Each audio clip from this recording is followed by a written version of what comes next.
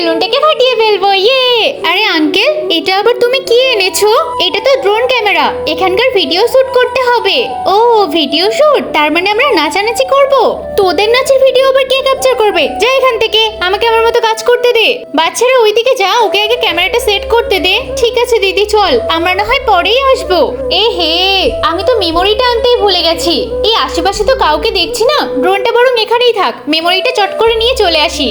আরে দাদি, কি ওড়াচ্ছ কাগজের? তোমাকে আমি আসল ড্রোন দেখাবো, চলো আমার সাথে। তাই নাকি? তাহলে চল। এরোপ্লেনের মতো চলে, তাই না ওটা? হ্যাঁ হ্যাঁ দাদি, এরোপ্লেনের মতো আকাশে ওড়ে। তো যা যা নিয়ে আয়। এখান থেকে তাড়াতাড়ি কেটে পড়তে হবে, নয়তো আবার আমাদের কেউ দেখে ফেলবে।